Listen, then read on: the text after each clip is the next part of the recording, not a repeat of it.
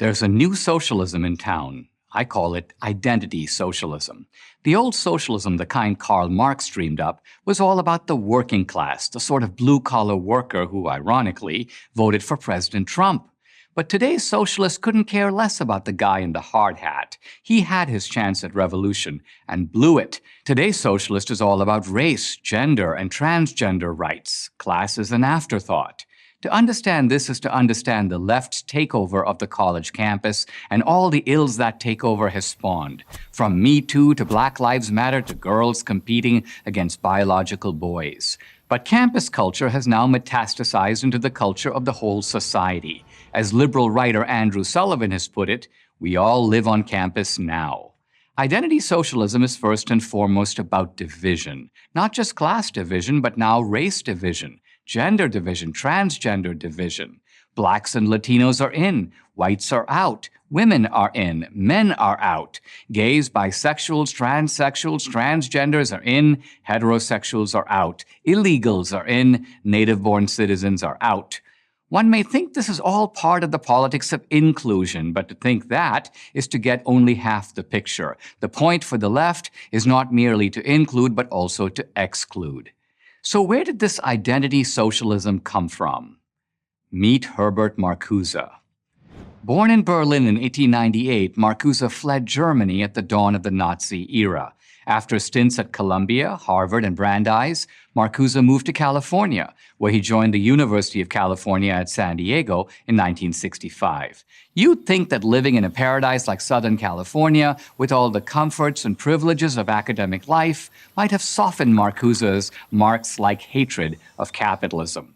But it was not to be. If anything, the more he prospered, the more he wanted to bring the system down. He had a problem, however, a big one.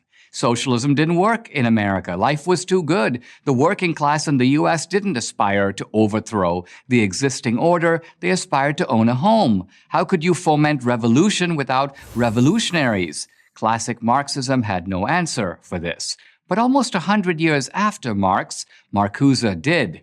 The answer was college students. They would be the recruits for what he termed the Great Refusal, the repudiation and overthrow of free market capitalism. Conditions were perfect. The students of the 60s were already living in what was in effect a socialist commune, a university campus. Rather than being grateful to their parents for providing them with this opportunity to learn and study, they were restless and bored. Most importantly, they were looking for meaning, a form of self-fulfillment that went beyond material gratification. Of course, as with all successful social movements, timing was critical. Here, Marcuse was very fortunate. The 60s was the decade of the Vietnam War. Students faced the prospect of being drafted. Thus, they had selfish reasons to oppose the conflict.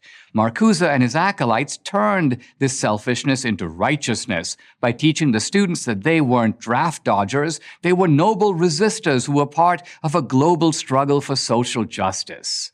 Marcuse portrayed Ho Chi Minh and the Viet Cong as a kind of third world proletariat, fighting to free themselves from American imperialism.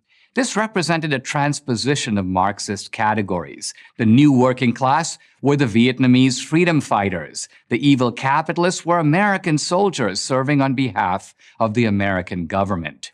Marcuse found, in addition to the students, other groups ripe for the taking. The first was the Black Power movement, which was a militant adjunct to the civil rights movement.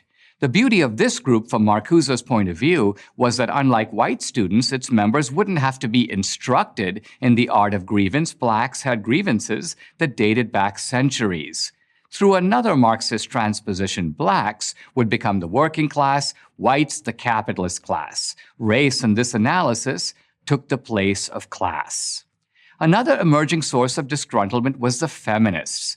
Marcuse recognized they too could be taught to see themselves as an oppressed class. This, of course, would require a further Marxist transposition. Women would now be viewed as the working class and men the capitalist class. The class category would now be shifted to gender.